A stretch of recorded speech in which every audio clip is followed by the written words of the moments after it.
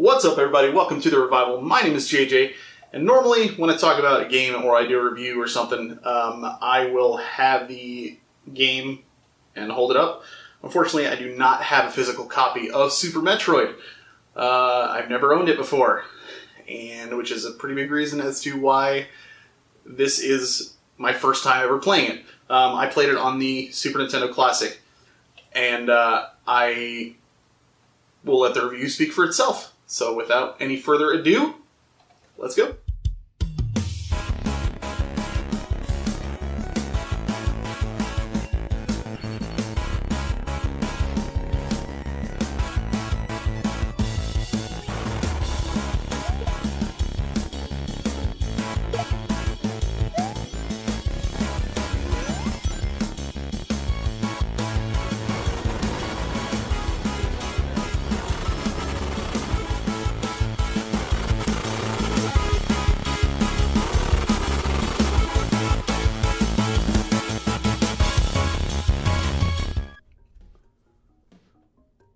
Whenever I hear the term Metroidvania being used to describe a game, I've typically been one to shy away in the past. Not because I'm expecting a bad game, but because I tend not to enjoy games that require backtracking and repetition. Ironic, I know, considering I'm such a huge fan of JRPGs, with all their grinding and repetitive traveling to and from different places.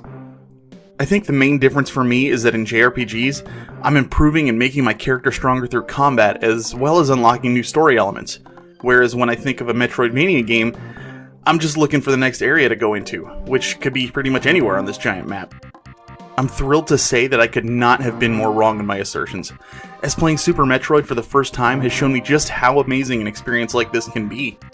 Seeing an area and having to skip over it, but having it never leave the back of your mind until you finally get an item later on that makes you go, hey, now I can finally see what's in that room. Going from a veritable nobody to eventually growing into a master of the map was a rewarding adventure that I've been robbing myself of for years. One thing I'll be completely honest about, I definitely wasn't playing this game for the plot. Even after finishing it, I still couldn't tell you anything about the main story, or why I was even on this planet. I'm sure it explained it on some level, and I think I remember some vague scenes at the beginning of the game that gave a little bit of context, but for the most part I had no clue why I was doing what I was doing from a story standpoint. I know of Samus Aran and that she's a badass bounty hunter, but that's mainly from being a gamer all my life and reading magazines and looking at websites.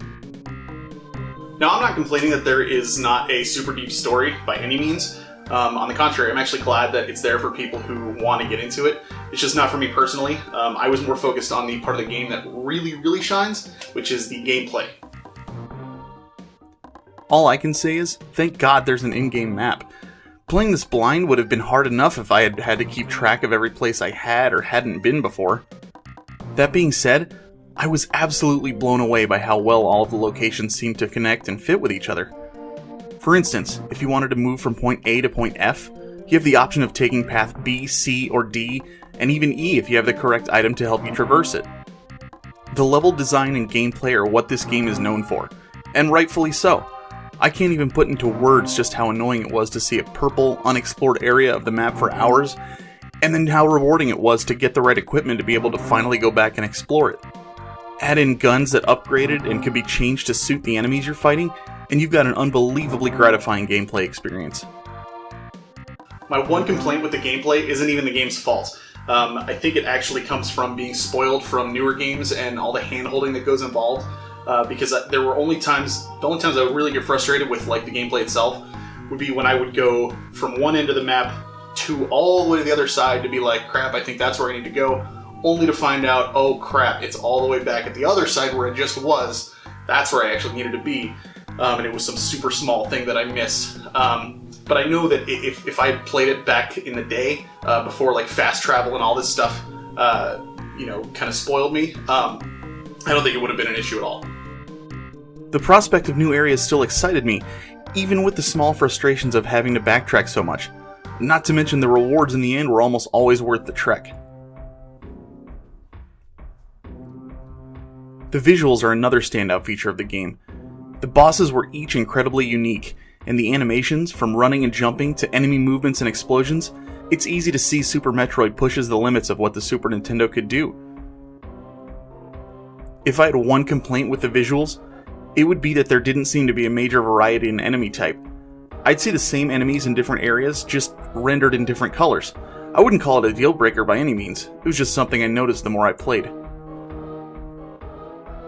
As far as the music, I think it was used exactly the way it should have been. While I tend to personally go towards games where music is heavily utilized as a focal point to amplify an emotional scene, this game uses it more of a backdrop to really put you in the environment. While the tracks themselves were mostly hit or miss for me, I can't deny that they fit wonderfully as far as helping create the atmosphere of exploring this alien world. Couple that with the sound design, and the audio as a whole for this game is really on point. The weapon blasts, alien screams, and even things as simple as doors opening and closing felt extremely satisfying and believable, really showcasing what the Super Nintendo can do with sound. So there you have it, guys, my review on Super Metroid for the Super Nintendo, played on the SNES Classic. I really enjoyed my time with the game. It wasn't long at all. I think I finished in at about 6 or 7 hours, something like that. And it gave me like a completion score of 60%, I think. I went in blind, didn't use a guide or anything like that. I'm so glad I did, because it wasn't overly complicated by any means.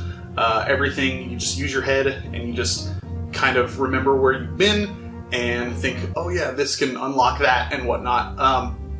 If you have not played it, definitely treat yourself. Give it a shot. It's on, I think it's on the Wii and Wii U Virtual Console. Obviously, it's on the Super Nintendo and the SNES Classic.